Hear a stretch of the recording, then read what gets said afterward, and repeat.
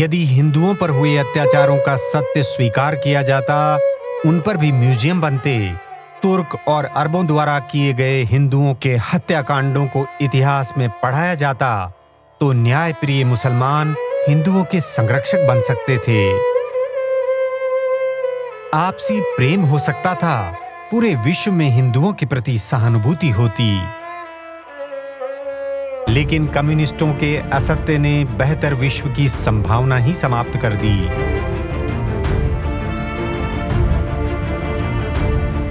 जिन्होंने यहूदियों को शरण दी, उनका पोषण किया, उन हिंदुओं पर हुए अत्याचारों के सबूत, स्मृति और इतिहास मिटा दिए गए हैं।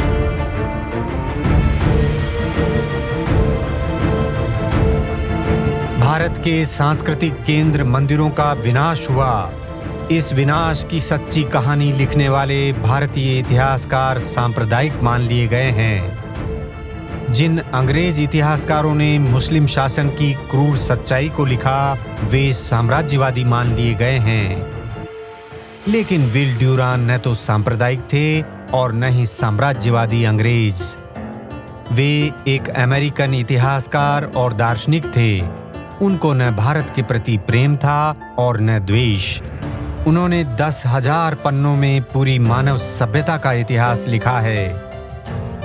वे ऐसे दुर्लभ इतिहासकार हैं जिनको भारत के इतिहास की तुलना दूसरे देशों के इतिहास से करने का हक है।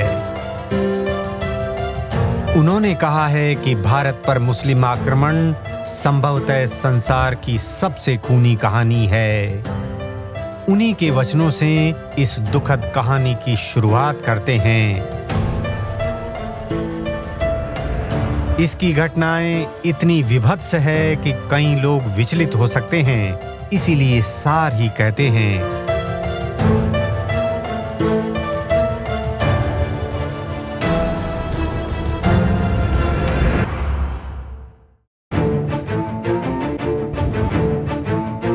विल ड्यूरान लिखते हैं कि भारत के मंदिरों में अपार सोना तथा हीरे जवाहरातों की खबरें पूरे विश्व में फैल गई। सीथियनों, हूणों, अफगानों, तुर्कों के झुंड भारत की सीमाओं पर मंडराने लग गए। गुप्त साम्राज्य के पतन के बाद लगभग 400 सालों तक भारत विदेशी आक्रमण को खुला निमंत्रण देता रहा। आखिरकार वो आया तो ऐसा आया कि संसार में उसकी क्रूरता का उदाहरण नहीं है। आक्रमणकारियों ने मंदिर और मूर्तियां तोड़ी, दौलत को लूटा, घर, गांव और नगरों को जला दिया। विश्वविद्यालयों और पुस्तकालयों को जलाकर शिक्षकों और विद्यार्थियों की हत्या कर दी।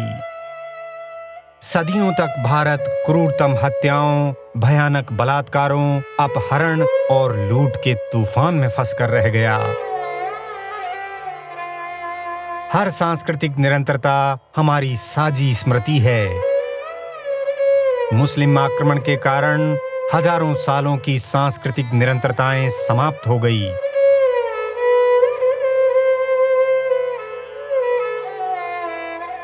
योग भारत की सबसे प्राचीन निरंतरता है।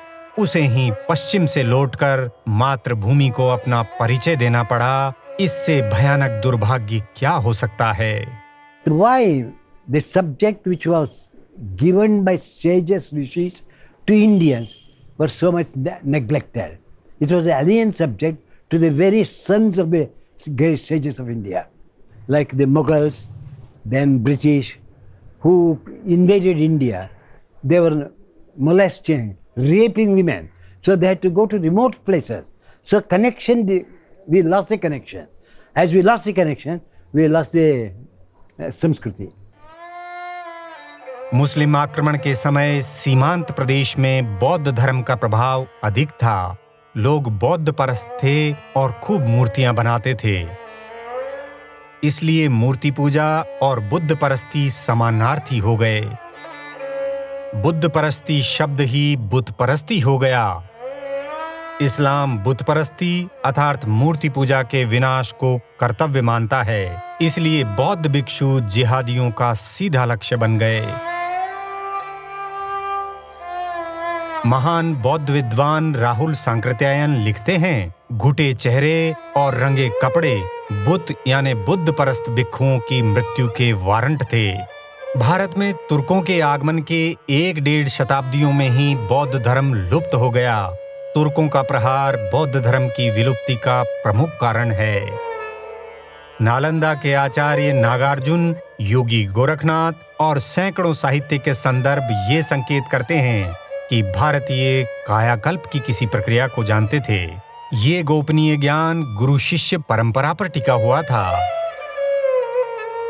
इस्लामिक आक्रांताओं ने शिक्षकों को मारकर ज्ञान के केंद्र नष्ट करके मानवता को सैकड़ों साल पीछे धकेल दिया।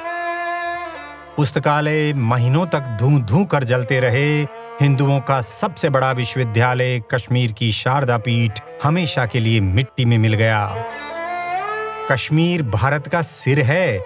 जब सिर पर आघात हुआ तो भारत की आंखों के सामने सांस्कृतिक अंधेरा छा गया।